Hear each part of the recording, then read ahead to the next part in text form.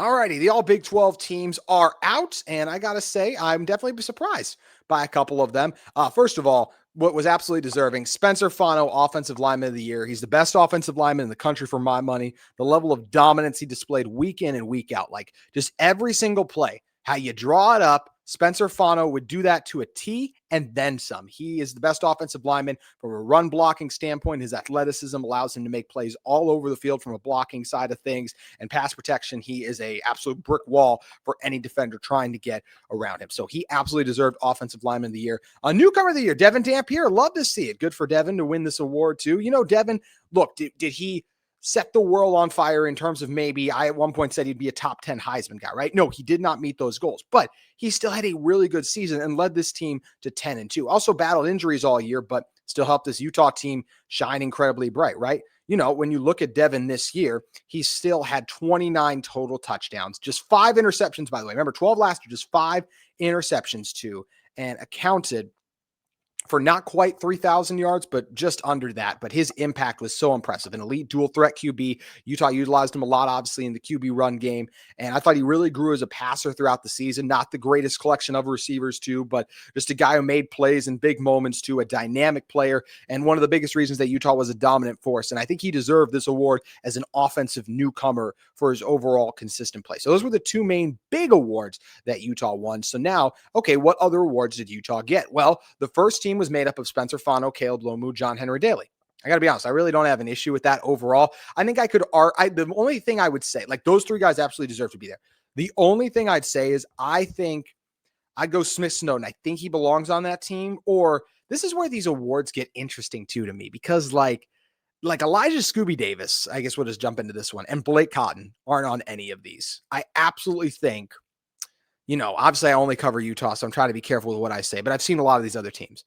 I genuinely think all three of those guys were top 15 cornerbacks in the Big 12 this season. If there's someone else who wants to push back on that and show me his list of the top 15 cornerbacks in the Big 12, sure, I take a look at it. I was blown away by what those three were able to do. They were so consistently asked, hey, you're on an island. Like there is no help around you whatsoever. There's maybe going to be one safety back there, maybe, but most of the time it's just you and an entire field, and you're going to have to hold up for 3 seconds, and hopefully our blitz gets home before then, or just hold up in coverage. These Utah defensive backs saved so many touchdowns. They were challenged by Morgan Scalley to make impossible plays, and they continually made them possible. I was blown away by their abilities overall, and I do believe one of Smith Snowden, Elijah Davis, or Blake Cotton honestly should have been first team. I might have voted Smith Snowden first team, or at the very least, I look at a guy like an Elijah Davis, and I think he had a case to be on there. I really do. I thought those guys were outstanding this season. They're not the biggest names, and I think that's what hurts them. But like the Scooby Davis, the Smith Snowden was, but Scooby Davis, Blake Cotton. But I thought they played like it. So I would have loved to see one of those guys on that first team. But, and especially just once again, they're not even on like even the honorable mention. I just think that's crazy for how good they were. And I know there's a lot of good players in the Big 12, but to me, that's just a missed opportunity here. So yeah, none of those guys on the first team. And we already talked about Spencer Fano, but how good was Caleb Lomu this year too? I mean, he was just another guy, absolute brick wall on the other side, to outstanding in pass protection with the long reach, to a road grader in the run game.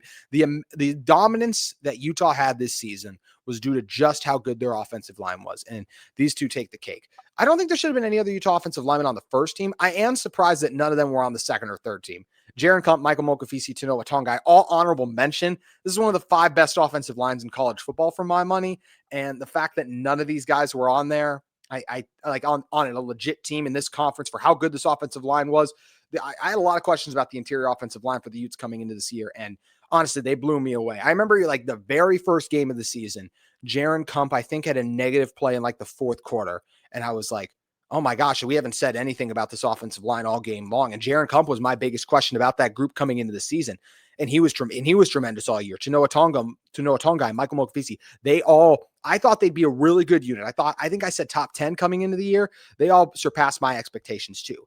The level of dominance and just the amount of open holes they did. It didn't matter if it was a packed box. Utah just able to dominate everyone up front because of that offensive line success. So love that both of these two offensive tackles, soon to be first round NFL draft picks, are there. John Henry Daly, also a first team guy. I mean, he didn't play the entire Kansas game and missed pretty much, I think, all the second half, and even some of the first half of the Kansas State game. And even with that, he's still like top 5 in the country in sacks at 11.5. he's an absolute force off the edge. And I remember we had our Big 12 squad show last week, and we were talking about Utah being moved down, and Locked On Texas Tech's Chris Level made a great point where he's like, the one reason they might have moved him down is they're not as good today as yesterday because they don't have John Henry Daly, who's one of the best defensive players in the country. And that's just straight up true. I mean, Chris knows ball, right? Like he gets to watch David Bailey, who's arguably the best pass rusher in college football, was the Big 12 defensive lineman of the year, and was the other first team defensive end opposite of John Henry Daly. And I agree, just so impressed with the technician, the motor that John Henry Daly was. Elite hands, elite speed, elite get off. He was remarkable this year. Loved watching John Henry Daly. Loved that he gets his first team recognition. As we go to the second team, Logan Fano was the second team. That surprised me a little bit. I really like Logan Fano. But I was a little surprised that he was second team. Still 4.5 sacks, though. I think he is the case of a guy who's probably a little overshadowed by John Henry Daly. But I do really like what he brought throughout the season. A really good player for this team, a pretty consistent pass rusher, and just a very stout defensive end for this Utah team. So like that he gets his recognition. We were already talking about Smith Snowden and the DBs a little bit, right? I think Snowden had a case to be a first team guy. Be like, well, he gave up that one big pass play against Cincinnati. And it's like, yeah. And if you asked I'll go 99% of the corners in college football to do what Smith Snowden had to do week in and week out, probably would have given up like four more of those basically. So yeah, I just feel like that's an area where I look at this and I go, I feel like Smith Snowden should have been a first team all conference guy. Moving on from that, the third team, Devin Dampier and Wayshawn Parker, Dallin Bentley. Really quick, let's start with Dallin Bentley. This is the most pleasant surprise of the season for me for Utah. If you would have told me that Dallin Bentley was going to be an elite tight end for Utah this year, I would have been like, really? Because nothing on his track record showed that that's what was about to happen. But it is exactly what did happen. He was second on this team in receptions with 42. The only other player outside of Ryan Davis over 500 yards on the season, 514, 5 touchdowns on the year, just a true tight end one. A Utah football team that has a history of great tight end play, right? We went from Dalton Kincaid, Brant Keithley to Dallin Bentley, who kept it rolling. He was outstanding this year for Utah. Utah lost Carson Ryan. I was like, that's a really tough loss for this Utah team to swallow. They didn't end up missing Ryan a lot because of the production that Bentley brought, just really tough over the middle of the field, a strong tight end that can make those contested catches and survive those hits, and pretty athletic too. I think I don't know if he'll get drafted, but I do think he's an undrafted free agent guy for sure with how he played this season. So love that he gets some recognition here on this third team. Outside of that, Wayshawn Parker, I mean, there's some good backs in the Big 12. LJ Martin had to be the first team back, and it's okay he's not second team. I think Wayshawn Parker is one of the 3 best backs in this conference, so I like that he was third team. I think if Utah had just let him be lead back to begin the year, and we've had other different people on the show talked about like, hey, he did make some mistakes, had some fumbling and stuff. Sure, I get it. I don't care. He's just so good at football. Just put him out there. If he would make a mistake, he'd make up for it when he runs for a 50-yard touchdown the next play. He had 6 touchdowns on the season, but even that, and that's even didn't he have a receiving touchdown too?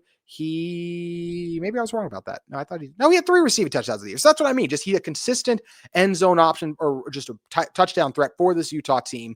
931 yard, average 7 yards per carry. That's top 3 in the country amongst qualified backs, by the way, 7 yards per carry, 6 touchdowns. I think he was worthy of second team. I'm trying to remember who was on the second team. I actually got it pulled up right here. So let's scroll down really quick and see. There are 2 backs each team, like Carson Hansen from Iowa State, Cameron Dickey from Texas Tech. Those are really good guys too.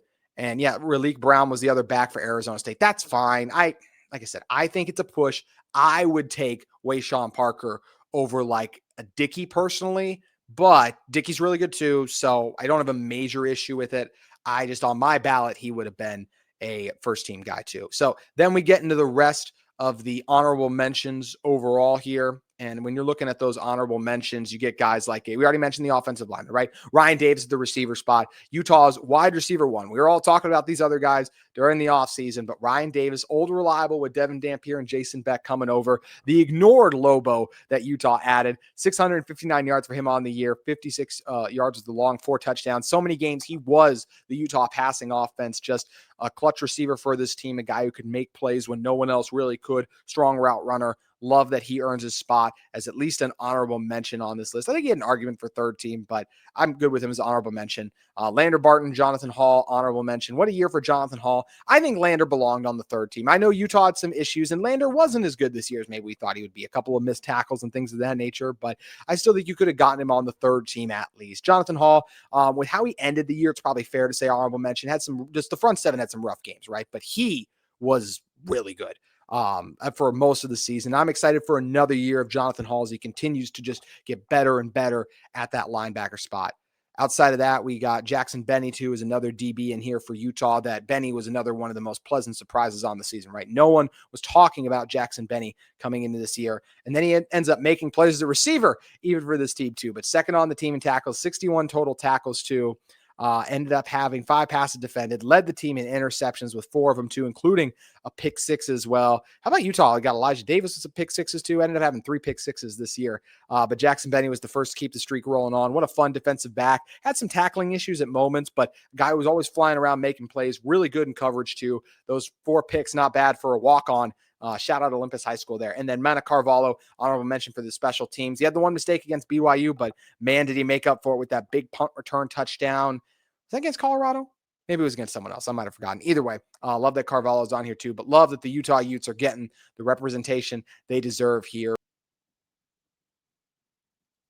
This episode of Locked On Utes is brought to you by FanDuel Sportsbook. NFL Sundays move fast. One big play and suddenly everything feels different. That's what makes live betting with FanDuel so exciting. You're not just watching the game, you're reacting to it in real time. With FanDuel, you can place bets as the action unfolds. Every drive, every moment, every swing, every highlight. That's what FanDuel has you covered with. Live betting is best when the game starts to shift. A receiver gets hot, a defense tightens up, or the momentum flips after a turnover. FanDuel lets you jump into the action. Live spreads and money lines that adjust instantly. Player props, updates as guys heat up. And you can bet on the next touchdown score, drive results, totals, and more. It keeps you locked into every snap, every drive, every possibility. So if you want to be right in the middle of the action this season, visit FanDuel.com and place your NFL live bets all season long. FanDuel, the game moves fast, so you can too. Head over to FanDuel, and it's not just NFL. College football, college basketball, and NBA, in addition to NFL, NHL too. FanDuel has you covered. Head over to FanDuel Sportsbook today.